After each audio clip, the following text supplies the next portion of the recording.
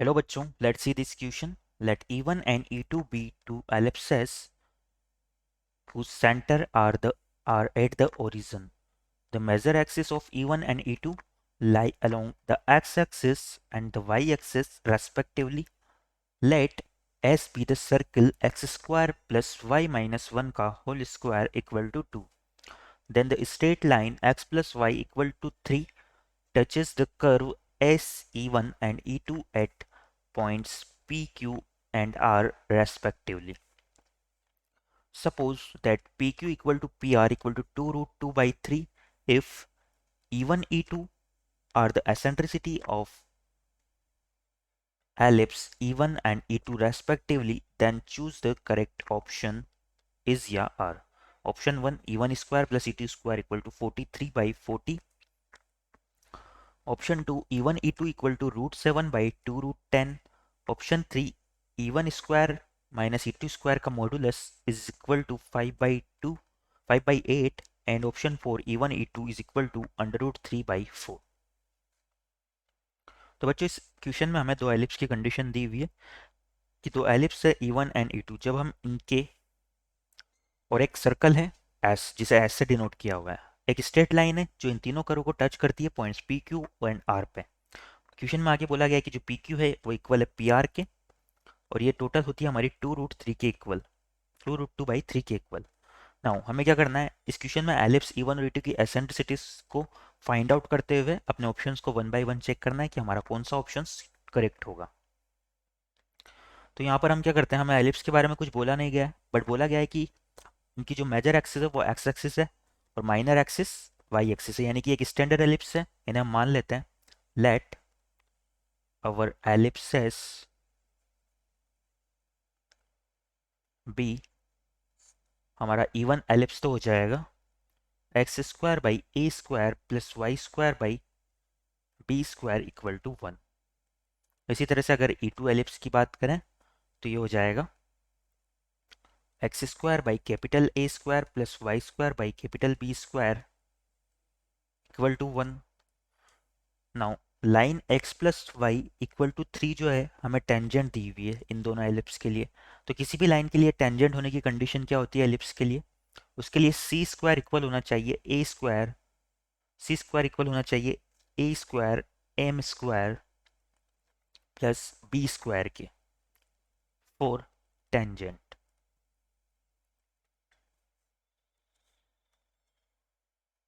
Now यहां पर हमें बोला जा रहा है x plus y equal to 3 is tangent for E1 and E2।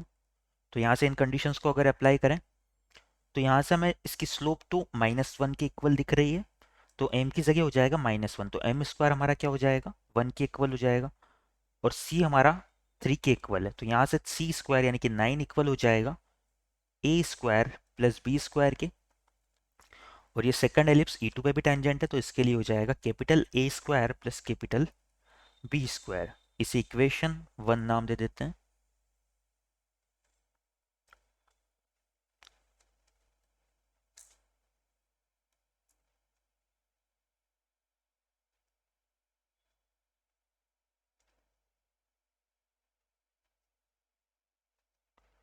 अब बच्चों हम क्या करते हैं कि एक पॉइंट P मान लेते हैं जो कि हमारे इस सर्कल पे लाई करता है। लेट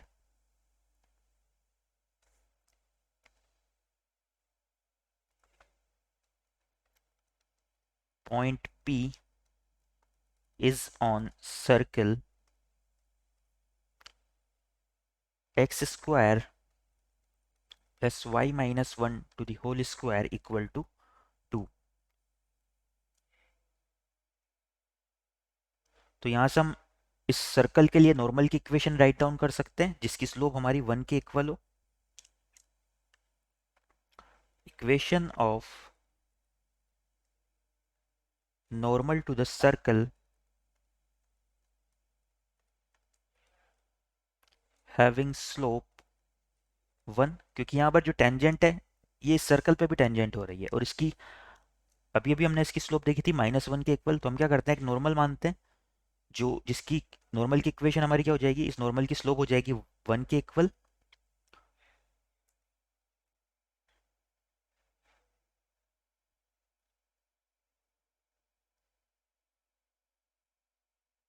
तो यहाँ से हमारी नॉर्मल की इक्वेशन हो जाएगी, जो सर्कल का नॉर्मल है वो इसके सेंटर से पास होता है, तो हमारे पास पॉइंट भी और स्लोप भी है।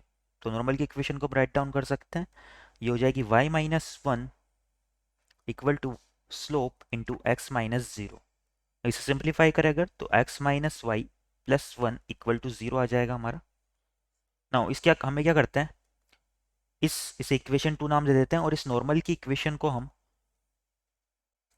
Tangent x+y equal to 3 line के साथ सोल्व करते हैं। तो हमारे पास पॉइंट P के कोऑर्डिनेट आ जाएंगे, तो यहां से हम लिख सकते हैं solving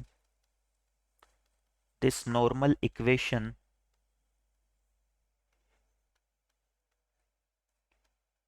with tangent line,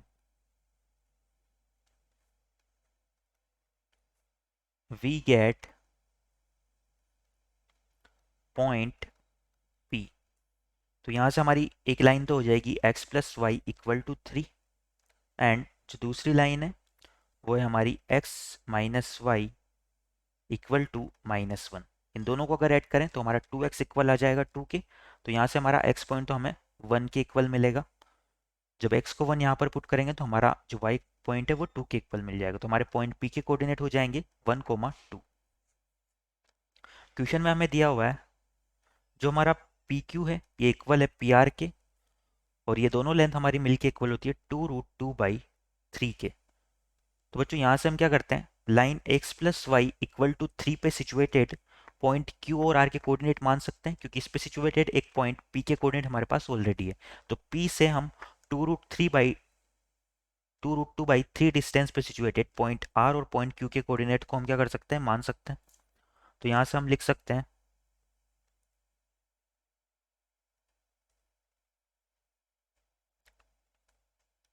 now points Q and R are on line x+y equal to 3 and their distance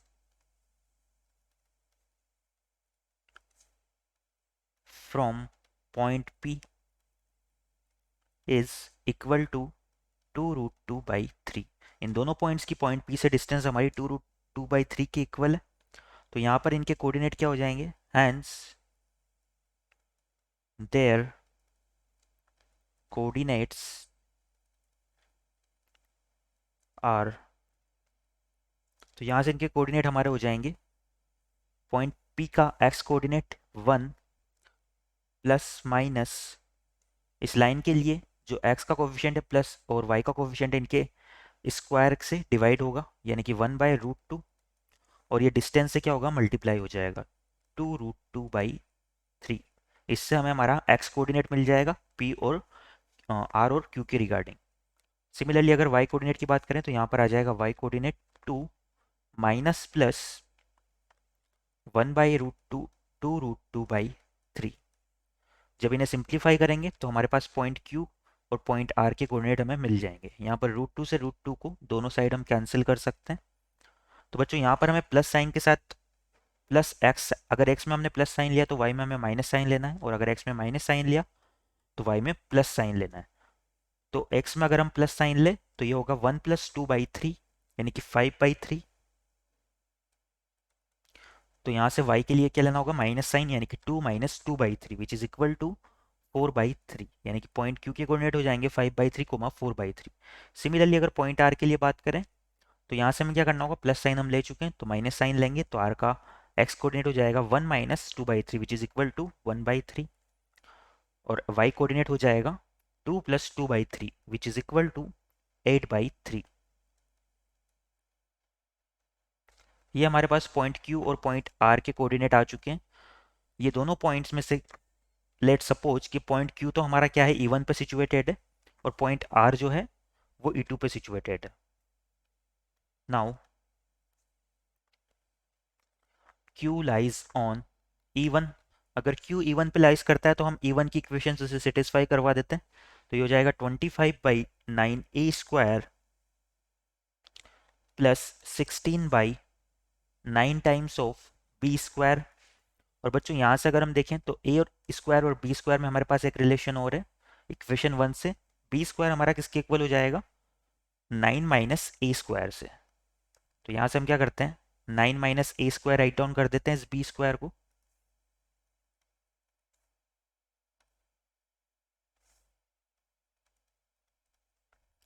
ये हमारा इक्वल हो जाएगा 1 के। नाउ ये हमारी पूरी ए में एक इक्वेशन बन जाएगी, क्वाड्रेटिक इक्वेशन। इसे सिंप्लीफाई करें अगर तो ये कुछ इस तरह से होगी, 225 minus 25 a² plus 16 a² equal to 9 a² into 9 - a²। या इसे हम लिख सकते हैं a⁴ minus 10 a² plus 25 equal to 0। ये हमारा a² में एक क्वाड्रेटिक इक्वेशन बन रही है, और ये एक होल स्क्वायर बन रहा है। ये हो जाएगा a² माइनस 5 का होल स्क्वायर इक्वल टू 0। तो यहाँ से a² की वैल्यू हमारी आ जाएगी 5 के इक्वल। और बच्चों a² प्लस b² की वैल्यू मिलके 9 के इक्वल है, तो यहाँ से b² हमारा किसके इक्वल आ जाएगा, 4 के इक्वल आ जाएगा।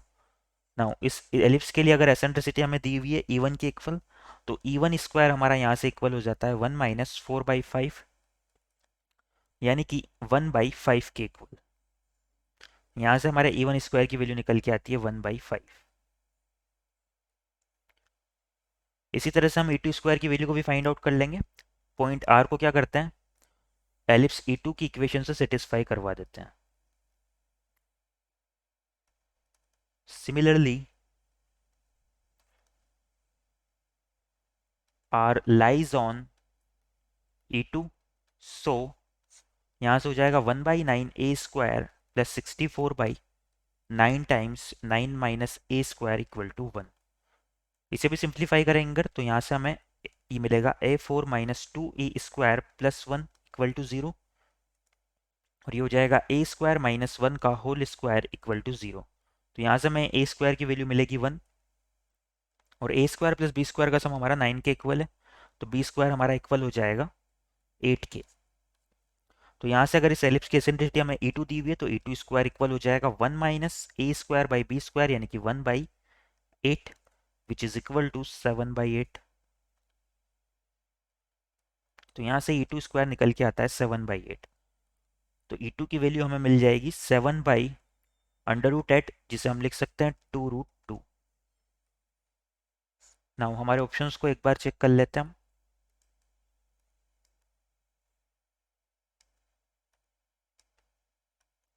तो यहाँ से अगर ऑप्शन 1 की बात करें तो E1² प्लस E2² हमारा निकल के आता है 1/5 plus 7/8, which is equal to 43/40। यानी कि हमारा ऑप्शन 1 तो करेक्ट हो जाएगा।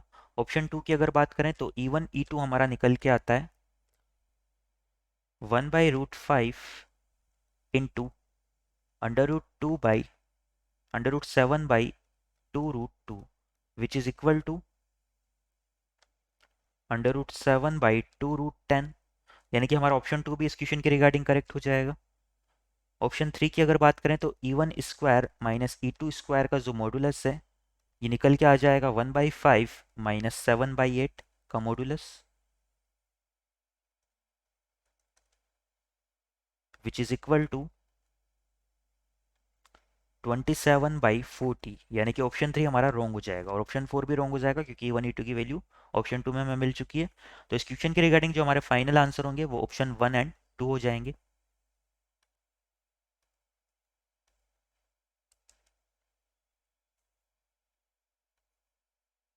तो यहाँ से हम लिख सकते हैं, आवर फाइनल आंसर्स आर